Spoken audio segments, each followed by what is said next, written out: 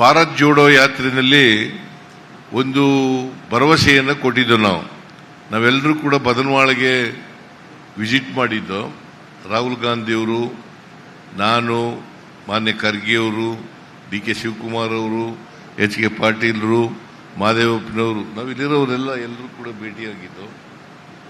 ಅಲ್ಲಿ ಒಂದು ಮಾತು ಕೊಟ್ಟಿದ್ದು, ಅಲ್ಲಿರ್ತಕ್ಕಂಥ ಮಹಾತ್ಮ ಗಾಂಧೀಜಿಯವರು ಅದಕ್ಕೆ ಭೇಟಿ ಕೊಟ್ಟಿದ್ರು. ಅಲ್ಲಿ ಖಾದಿ ಗ್ರಾಮೋದ್ಯೋಗ ನಡೀತಾ ಇತ್ತು. ಅದನ್ನು ಬಹಳ ವರ್ಷಗಳಿಂದ ಅಭಿವೃದ್ಧಿಪಡಿಸಿರಲಿಲ್ಲ. ಅದನ್ನು ಅಭಿವೃದ್ಧಿಪಡಿಸಲಿಕ್ಕೆ ಸುಮಾರು 40 ಕೋಟಿ ರೂಪಾಯಿಗಳ ಅಂದಾಜಿನಲ್ಲಿ ಪ್ಲಾನ್ ಮಾಡಿದ್ದೀವಿ. ಈ ವರ್ಷ 20 ಕೋಟಿ ಖರ್ಚು ಮಾಡ್ತೀವಿ, ಮುಂದಿನ ವರ್ಷ 20 ಕೋಟಿ ಖರ್ಚು ಮಾಡ್ತೀವಿ.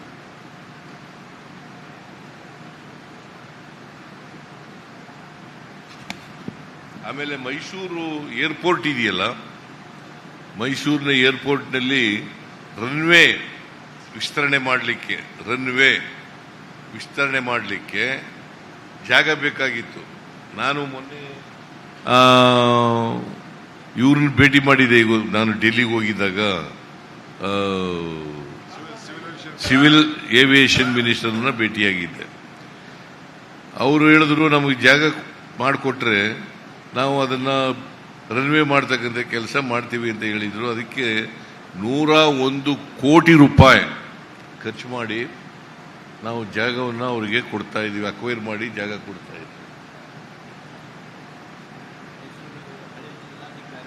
ಆಮೇಲೆ ಮೈಸೂರು ನಗರ ಇದೆಯಲ್ಲ, ಮೈಸೂರು ನಗರದಲ್ಲಿ ಜಿಲ್ಲಾಧಿಕಾರಿ ಕಚೇರಿ, ಹಳೆಯ ಜಿಲ್ಲಾಧಿಕಾರಿ ಅಟೇರ ಕಚೇರಿ ಅಂತ ನಾವು ಕರೀತಾ ಇದ್ವಲ್ಲ, ಆ ಅಟೇರ ಕಚೇರಿಯನ್ನು ಶಿಫ್ಟ್ ಮಾಡಿದ್ದೀವಿ ಹೊಸ ಬಿಲ್ಡಿಂಗ್ಗೆ. ಅಲ್ಲಿ ಒಂದು ಮ್ಯೂಸಿಯಂ ಮಾಡ್ತೀವಿ ಅಂತ ಹೇಳಿದ್ದು. ಅಲ್ಲಿ ಸುಮಾರು 30 ಕೋಟಿ ರೂಪಾಯಿಗಳನ್ನು ಖರ್ಚು ಮಾಡಿ ಮ್ಯೂಸಿಯಂ ಅನ್ನು ಮಾಡಲಿಕ್ಕೆ ತೀರ್ಮಾನವನ್ನು ತಗೊಂಡಿದ್ದೇವೆ. ಆಮೇಲೆ ಈ ಬುಡಕಟ್ಟು ಸಮುದಾಯದ ಜನರು ವಾಸ ಮಾಡ್ತಕ್ಕಂಥ ರಸ್ತೆ, ಅಲ್ಲಿ ಆ ಪ್ರದೇಶಗಳಲ್ಲಿ ರಸ್ತೆ, ಚರಂಡಿ, ವಿದ್ಯುತ್ ದೀಪ ಸೇರಿದಂತೆ ಮೂಲಭೂತ ಸೌಕರ್ಯಗಳನ್ನು ಅಭಿವೃದ್ಧಿಪಡಿಸಲು ಸಚಿವ ಸಂಪುಟ ಸಭೆಯಲ್ಲಿ ನಿರ್ಧರಿಸಲಾಗಿದೆ.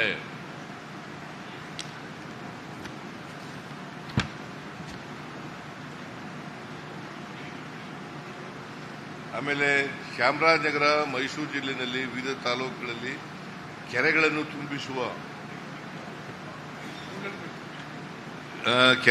ತುಂಬಿಸುವ ಸುಮಾರು ಗುಂಡ್ಲುಪೇಟೆನಲ್ಲಿ 110 ಕೆರೆಗಳಿಗೆ ನೀರು ತುಂಬಿಸ್ತಕ್ಕಂಥ ಕೆಲಸವನ್ನು ಮಾಡ್ತಾ ಇದ್ದೀವಿ. 475 ಕೋಟಿ ರೂಪಾಯಿಗಳ ಅಂದಾಜಿನಲ್ಲಿ 475 ಕೋಟಿ ರೂಪಾಯಿಗಳ ಅಂದಾಜಿನಲ್ಲಿ ಮಾಡ್ತಾ ಇದ್ದೀವಿ. ಆಮೇಲೆ ಚಾಮರಾಜನಗರದಲ್ಲಿ ಒಂದು ಈಗ ಪ್ರವಾಸಿ ಮಂದಿರ ಇದೆಯಲ್ಲ, ಅದು ಬಹಳ ಹಳೆಯದು ಇರ್ತಕ್ಕಂಥದ್ದು. ಅದನ್ನು ಅಲ್ಲಿ ಹೊಸ ಪ್ರವಾಸಿ ಮಂದಿರವನ್ನು ಮಾಡಬೇಕು ಅಂತ ತೀರ್ಮಾನ ಮಾಡಿದ್ದೀವಿ. ಚಾಮರಾಜನಗರದಲ್ಲಿ ಕುಡಿಯ ನೀರು, ಒಳಚರಂಡಿ ವ್ಯವಸ್ಥೆ ಅದನ್ನು ಮಾಡಲಿಕ್ಕೆ ತೀರ್ಮಾನ ಮಾಡಿದ್ದೀವಿ. ಚಾಮರಾಜನಗರ ಟೌನ್ನಲ್ಲಿ ಏನು ನಗಯ್ಯ ಸ್ವಲ್ಪ, ಅವ್ರ ನಗರದಲ್ಲಿ ಅನೇಕ ವರ್ಷಗಳಿಂದ ಡಿಮ್ಯಾಂಡ್ ಇತ್ತು, ಇದು ಕುಡಿಯ ನೀರಿಂದು ಮತ್ತೆ ಒಳಚರಂಡಿ ವ್ಯವಸ್ಥೆ ಮಾಡಿಕೊಡ್ತಕ್ಕಂಥ ಇದಿತ್ತು. ಆಮೇಲೆ ಚಾಮರಾಜನಗರದಲ್ಲಿ ಕ್ರೀಡಾಂಗಣ, ಅದನ್ನು ಅಭಿವೃದ್ಧಿ ಮಾಡಿಸಲಿಕ್ಕೆ ಸುಮಾರು 15 ಕೋಟಿ ರೂಪಾಯಿಗಳನ್ನು ಕೊಡ್ತಾ ಇದ್ದೀವಿ. ಇನ್ಯಾವುದಪ್ಪ ಇಂಪಾರ್ಟೆಂಟು?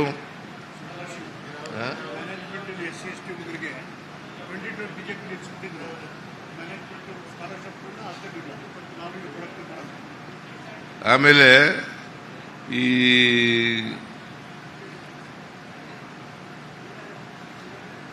ಸ್ಕಾಲರ್ಶಿಪ್ ಕೊಟ್ಟಿರಲಿಲ್ಲ, ಹಾಸ್ಟೆಲ್ ಅಕಾಮಿಡೇಷನ್ನು ಮ್ಯಾನೇಜ್ಮೆಂಟ್ನಲ್ಲಿ ಇರಲಿಲ್ಲ. ಅಡ್ಮಿಟೆಡ್ ಇನ್ ಮ್ಯಾನೇಜ್ಮೆಂಟ್ ಕಾಲೇಜಸ್ ಅಂಡರ್ ಮ್ಯಾನೇಜ್ಮೆಂಟ್ ಕೋಟಾದಲ್ಲಿ ಅದನ್ನು ಕೂಡ ತೀರ್ಮಾನ ಮಾಡಿದ್ದೀವಿ.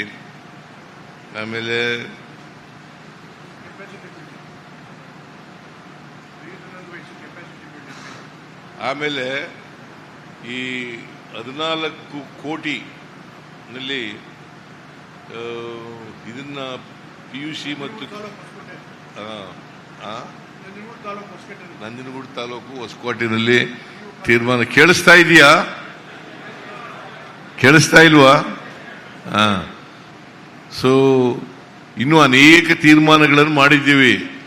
3647.62 ಕೋಟಿ 3647.62 ಕೋಟಿ ಇಡೀ ಮೈಸೂರು ಜಿಲ್ಲೆ, ಅಂದ್ರೆ ಮೈಸೂರು ವಿಭಾಗ, ರೆವಿನ್ಯೂ ವಿಭಾಗ, ಈ ಮೈಸೂರು ವಿಭಾಗದಲ್ಲಿ ಇಷ್ಟು ಕೆಲಸಗಳನ್ನು ಈಗ ತುರ್ತಾಗಿ ಮಾಡಬೇಕಾದಂಥದ್ದು ಮತ್ತು ಕ್ಯಾಬಿನೆಟ್ನಲ್ಲಿ ಅಲ್ಲ ಬಜೆಟ್ನಲ್ಲಿ ಹೇಳಿರ್ತಕ್ಕಂಥ ಕೆಲಸಗಳು ಇವನ್ನೆಲ್ಲ ಮಾಡ್ತಕ್ಕಂಥದ್ದನ್ನು ಕೂಡ ಮಾಡಿದ್ದೀವಿ. ನೀವೇನಾದ್ರು ಡೀಟೇಲ್ಸು ನಮ್ಮ ನೀರಾವರಿ ಅಲ್ಲ ಇವರು ಎಂಥದ್ದು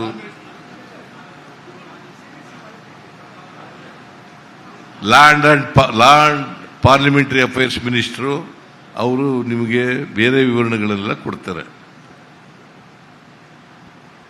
ಸ್ನೇಹಿತರೆ, ಸನ್ಮಾನ್ಯ ಮುಖ್ಯಮಂತ್ರಿಗಳು ವಿಶೇಷ ಅಪೇಕ್ಷೆ ಪಟ್ಟು ಈ ಒಂದು ಪವಿತ್ರವಾಗಿರ್ತಕ್ಕಂಥ ಐತಿಹಾಸಿಕ ಸ್ಥಳದಲ್ಲಿ ಕ್ಯಾಬಿನೆಟ್ ಸಭೆ ಆಗಬೇಕು, ಸಚಿವ ಸಂಪುಟದ ಸಭೆ ಆಗಬೇಕು.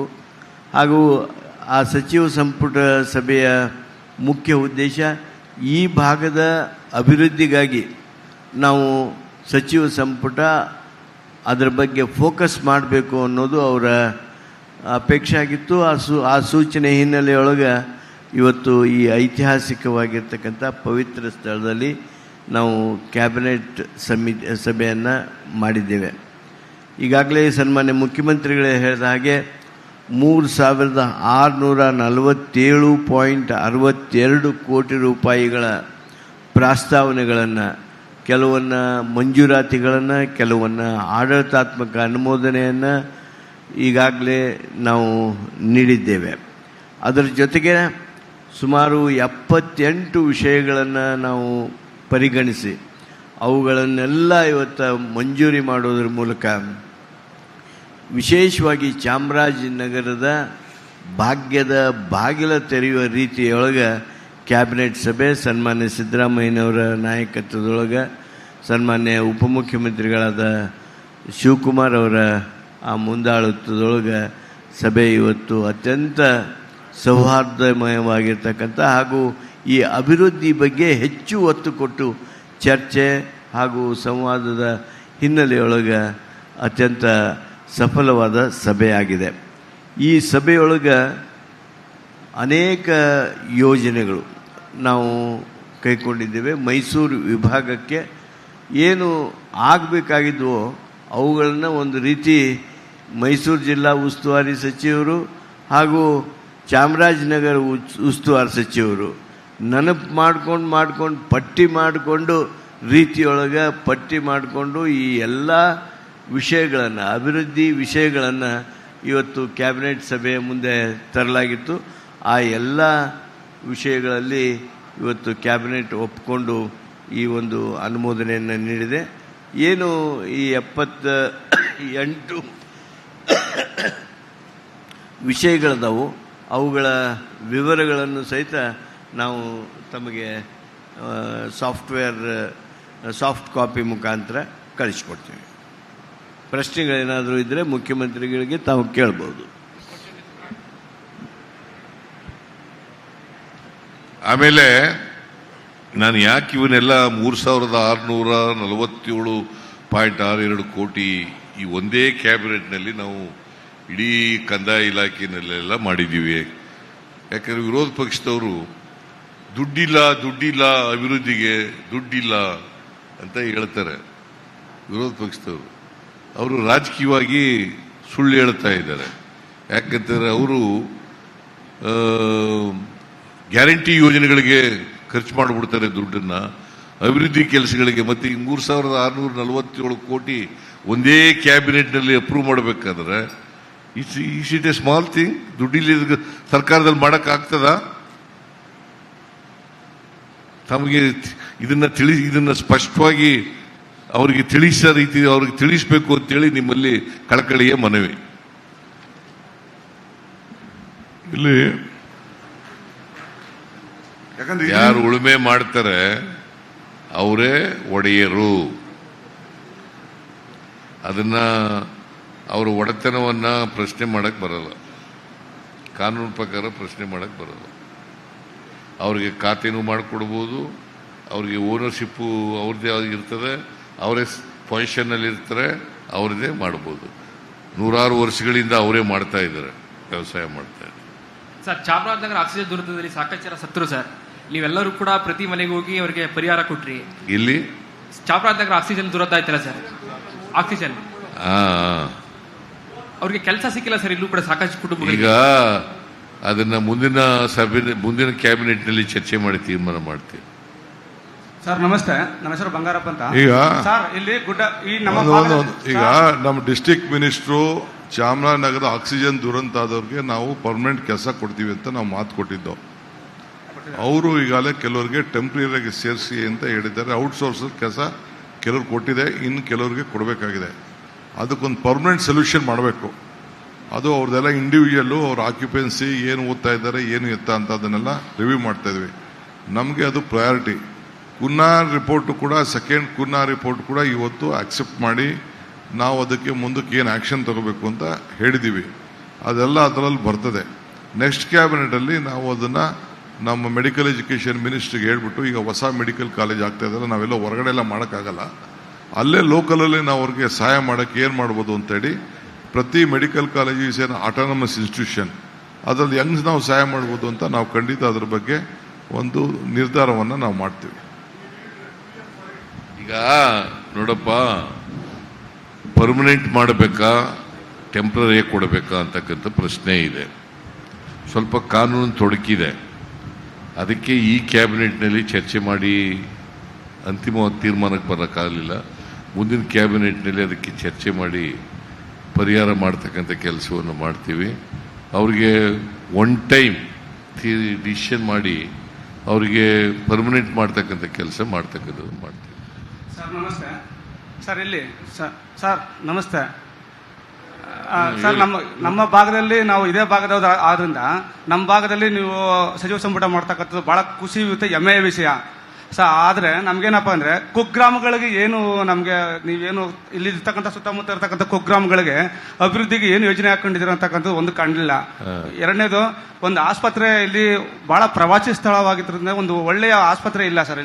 ಇಲ್ಲಿ ಮಲೆಮಹದೇಶ್ವರ ಬೆಟ್ಟದಲ್ಲಿ ಬಹಳಷ್ಟು ಸಮಸ್ಯೆ ಇದೆ ಸರ್.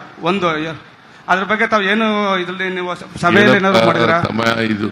ಇದು ಪಂಚಾಯತಿ ಹೆಡ್ ಕ್ವಾರ್ಟರ್ಸ್ ಮಹದೇಶ್ವರ ಸರ್. ಆದ್ರೂ ಕೂಡ ಪ್ರಾಧಿಕಾರದಲ್ಲಿ ಲಕ್ಷಾಂತರ ರೂಪಾಯಿ ಆರ್ಥಿಕ ಬರುತ್ತೆ ಸರ್. ಇದರಲ್ಲಿ ಲಕ್ಷಾಂತರ ರೂಪಾಯಿ, ಕೋಟ್ಯಾಂತರ ರೂಪಾಯಿ ಆರ್ಥಿಕವಾಗಿ ಒಂದು ಅದೇ ಬರ್ತದೆ. ಅದಕ್ಕೆ ಈಗ ವ್ಯತ್ಯಾಸ ಕಾಣಿಸ್ತಾ ಇಲ್ವಾ ನಿಮಗೆ? ಮಹದೇಶ್ವರ ಬೆಟ್ಟದಲ್ಲಿ ವ್ಯತ್ಯಾಸ ಕಾಣಿಸ್ತಾ ಇದೆಯಲ್ವೇನ್ರಿ? ಮತ್ತೆ ಇದನ್ನ ಯಾರು ಮಾಡಿದವರು? ಇಲ್ಲಿ ಕಮ್ಯುನಿಟಿ ಹೆಲ್ತ್ ಸೆಂಟರ್ ಇದೆ, ಅದನ್ನು ಅಪ್ಗ್ರೇಡ್ ಮಾಡ್ತಕ್ಕಂಥಕ್ಕೆ ತಾಲೂಕು ಗ್ರಾಮ ಪಂಚಾಯತಿ ಹೆಡ್ ಕ್ವಾರ್ಟರ್ಸ್ ಇದು ಅಪ್ಗ್ರೇಡ್ ಮಾಡಬೇಕು ಅಂತ ಹೇಳ್ತಾ ಇದ್ದೀರಿ.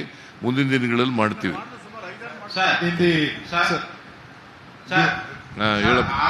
ಆರುವಳ್ಳಿ ಕನಕಪುರ ಮತ್ತು ಮಳವಳ್ಳಿ ಮಾರ್ಗವಾಗಿ ರೈಲ್ವೆ ಯೋಜನೆ ಮಾಡ್ತೀವಿ. ಆದರೆ ಸರ್ಕಾರ ರಾಜ್ಯ ಸರ್ಕಾರ ಭೂಮಿ ಕೊಡ್ತಿಲ್ಲ ಅಂತ ಮಾನ್ಯ ಕೇಂದ್ರ ಸಚಿವರು ಸೋಮಣ್ಣವರು ಹೇಳ್ತಾವ್ರೆ ಸರ್. ಆರುವಳ್ಳಿ ಕನಕಪುರ ಮಾರ್ಗವಾಗಿ ಕೊಳ್ಳಗಲ್ಕೆ ರೈಲ್ವೆ ಯೋಜನೆ ನಾವು ತರ್ತೀವಿ, ರಾಜ್ಯ ಸರ್ಕಾರ ಭೂಮಿ ಕೊಡ್ತಿಲ್ಲ ಅಂತ ರೈಲ್ವೆ ಸಚಿವ ಸೋಮಣ್ಣವರು ಒಂದು ವಾರದಿಂದ ಹೇಳಿದ್ರು ಸರ್. ನಿನಗೆ ಗೊತ್ತಾ ಒಂದು ರೈಲ್ವೆ ಯೋಜನೆ ಏನ್ ಮಾಡಬೇಕು ಅಂತ? ರೈಲ್ವೆ ಯೋಜನೆ ಯಾರ್ದು? ಕೇಂದ್ರ ಸರ್ಕಾರದ್ದು. ಕೇಂದ್ರ ಸರ್ಕಾರದ್ದು. ಭೂಮಿ ಅವರೇ ತಗೋಬೇಕಲ್ವಾ? ಅವ್ರು ರಾಜ್ಯ ಸರ್ಕಾರ ಕೊಡ್ಬೇಕು. ಅದು ಕೇಳಪ್ಪ, ಇಲ್ಲಿ ಆದ್ರೂ ನಾವು ಭೂಮಿನೂ ಕೊಡ್ತೀವಿ, 50% ಪ್ರಾಜೆಕ್ಟ್ ಕಾಸ್ಟ್ನೂ ಕೊಡ್ತೀವಿ. ಅವರು ಮಾಡಲ್ಲ. ಭೂಮಿ ಕೊಡಕ್ ತಯಾರಾಗಿದ್ದೀವಿ ನಾವು, ಅವರು ಮಾಡಲ್ಲ ಸರ್. ಶ್ರೀ ಶಕ್ತಿ ಯೋಜನೆ ಆದ್ಮೇಲೆ ಸರ್ ಮಹದೇಶ್ವರ ಬೆಟ್ಟಕ್ಕೆ ಮತ್ತೆ ಇದ್ರ ಬೆಳಗಿರಿನ ಬೆಟ್ಟ, ಚಿಕ್ಕಲ್ಲೂರು, ಬೇರೆ ಬೇರೆ ಪ್ರವಾಸ ಸ್ಥಳಕ್ಕೆ ಚಿಕ್ಕಬಡ ಜನ ಮಹಿಳೆಯರು ಬರ್ತಾರೆ ಸರ್. ಬಸ್ಗಳು ಸಾಲ್ತಾ ಜಾಗದೆ ಬಹಳ ನೈಟ್ನ ಅರ್ಧರಾತ್ರಿ ಎಲ್ಲ ಮನೆಗಿದ್ದು ಬಿದ್ದಾಡಿ ಹೋಯ್ತಾ ಇದ್ದಾರೆ ಸರ್ ಮಹಿಳೆಯರು. ಬಹಳ ಸಮಸ್ಯೆ ಆಗಿದೆ ಸರ್ ಬಸ್ಗಳಿಲ್ಲದೆ. ಏನು ಸ್ತ್ರೀ ಶಕ್ತಿ ಯೋಜನೆ ಆದ್ಮೇಲೆ ಮಹಿಳೆಯರು ಹೆಚ್ಚಿಗೆ ಓಡಾಡೋದು ಜಾಸ್ತಿ ಆಗಿ ಬಸ್ಗಳು ಸಮಸ್ಯೆ ಮಸ್ತು ಇದೆ ಸರ್ ಈ ಭಾಗದಲ್ಲಿ. ಈಗ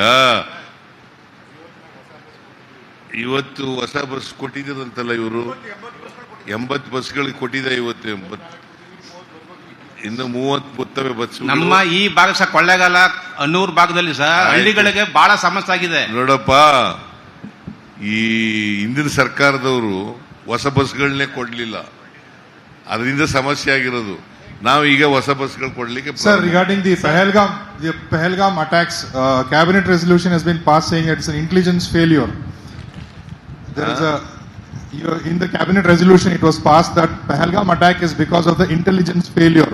Is it the resolution of the Karnataka cabinet? What do you have to say? No, it is not included in the resolution, but I said it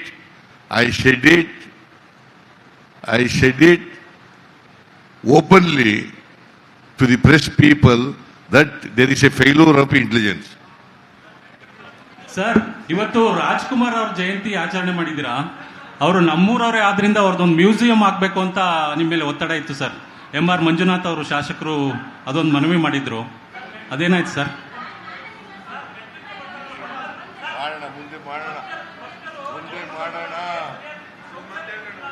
ಮುಂದೆ ಮಾಡ್ತೀವಿ.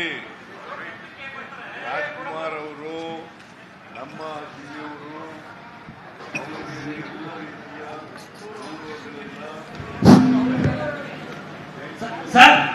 ಸರ್ ಈಗ ಭಕ್ತರು ಬೆಟ್ಟಕ್ಕೆ ಬರ್ತಾರೆ ನಡ್ಕೊಂಡು, ಅವರಿಗೆ ಶೌಚಾಲಯ ಮೂಲಭೂತ ಸೌಕರ್ಯಗಳು ಇಲ್ಲ ಅಂತ ಆರೋಪ ಇದೆ ಸರ್.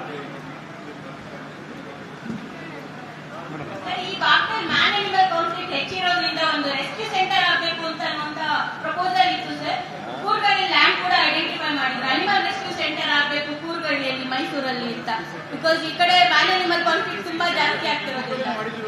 ಕೂರ್ಗಳಿಂದ ಮಾಡಿದೀವಲ್ಲಮ್ಮ. ಇಲ್ಲ sir, animal rescue centre sir.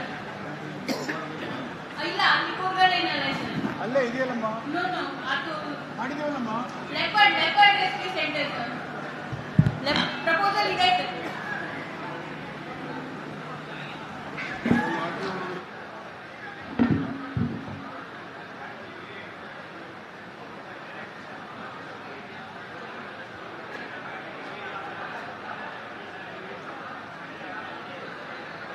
ಮತ್ತೊಮ್ಮೆ ಇವತ್ತಿನ ಮಾಧ್ಯಮ ಮತ್ತು ಪತ್ರಿಕಾಗೋಷ್ಠಿಗೆ ಆಗಮಿಸಿದಂಥ ತಮ್ಮೆಲ್ಲರಿಗೂ ಧನ್ಯವಾದಗಳನ್ನ ಅರ್ಪಿಸ್ತಾ ಇದ್ದೀವಿ. ಮುಂದಿನ ಪತ್ರಿಕಾಗೋಷ್ಠಿಯಲ್ಲಿ ಮತ್ತಷ್ಟು ಮಾಹಿತಿ ನಿಮಗೋಸ್ಕರ ನೀಡ್ತಾ ಇದ್ದೀವಿ. ಹಾಗೆ ಮತ್ತೊಮ್ಮೆ ವೇದಿಕೆಯ ಮೂಲಕ ಗಣ್ಯರಾದಂಥ ನಮ್ಮ ಕರ್ನಾಟಕ ರಾಜ್ಯದ ಮುಖ್ಯಮಂತ್ರಿಗಳಾದಂಥ ಸನ್ಮಾನ್ಯ ಶ್ರೀ ಸಿದ್ದರಾಮಯ್ಯನವರಿಗೆ ಧನ್ಯವಾದಗಳನ್ನ ಅರ್ಪಿಸ್ತಾ, ಹಾಗೆ ಉಪಮುಖ್ಯಮಂತ್ರಿಗಳಾದಂಥ ಸನ್ಮಾನ್ಯ ಶ್ರೀ DK ಶಿವಕುಮಾರ್ ಸರ್ ಅವ್ರಿಗೂ ಧನ್ಯವಾದಗಳನ್ನ ಅರ್ಪಿಸ್ತಾ ಇದ್ದೀವಿ. ಹಾಗೂ ಶ್ರೀ HK ಪಾಟೀಲ್ ಅವರು ಮಾನ್ಯ ಕಾನೂನು ಮತ್ತು ಸಂಸದೀಯ ವ್ಯವಹಾರಗಳ ಶಾಸನ ರಚನೆ ಹಾಗೂ ಪ್ರವಾಸೋದ್ಯಮ ಸಚಿವರು, ಅವ್ರಿಗೂ ಧನ್ಯವಾದಗಳನ್ನ ಅರ್ಪಿಸ್ತಾ, ಮಾನ್ಯ ಸಮಾಜ ಕಲ್ಯಾಣ ಇಲಾಖೆಯ ಸಚಿವರಾದಂಥ ಡಾಕ್ಟರ್ HC ಮಹದೇವಪ್ಪ ಅವರಿಗೆ ಧನ್ಯವಾದಗಳು. ಡಾಕ್ಟರ್ MC ಸುಧಾಕರ್ ಅವರು ಮಾನ್ಯ ಉನ್ನತ ಶಿಕ್ಷಣ ಸಚಿವರು ಕರ್ನಾಟಕ ಸರ್ಕಾರ, ಅವರಿಗೆ ಧನ್ಯವಾದಗಳು. ಹಾಗೂ ಮಾನ್ಯ ಪಶು ಸಂಗೋಪನೆ ಮತ್ತು ರೇಷ್ಮೆ ಸಚಿವರು ಹಾಗೂ ಚಾಮರಾಜನಗರ ಜಿಲ್ಲಾ ಉಸ್ತುವಾರಿ ಸಚಿವರಾದಂಥ ಶ್ರೀ K ವೆಂಕಟೇಶ್ ಅವರಿಗೆ ಧನ್ಯವಾದಗಳನ್ನ ಅರ್ಪಿಸ್ತಾ ಇದ್ದೀವಿ. ಕೊಳ್ಳೇಗಾಲ ವಿಧಾನಸಭಾ ಕ್ಷೇತ್ರದ ಶಾಸಕರಾದಂಥ ಶ್ರೀ ಕೃಷ್ಣಮೂರ್ತಿ ಅವರಿಗೆ ಧನ್ಯವಾದಗಳನ್ನ ಅರ್ಪಿಸ್ತಾ ಇದ್ದೀವಿ.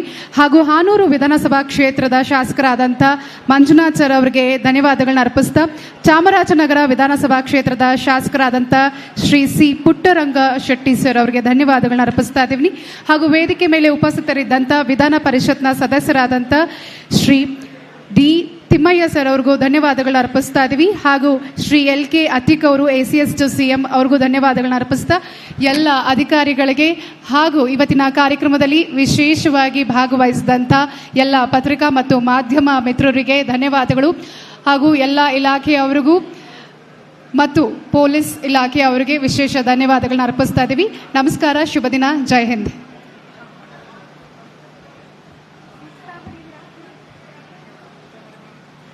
ಊಟ ಇವತ್ತು ಏಕಾದಶಿ.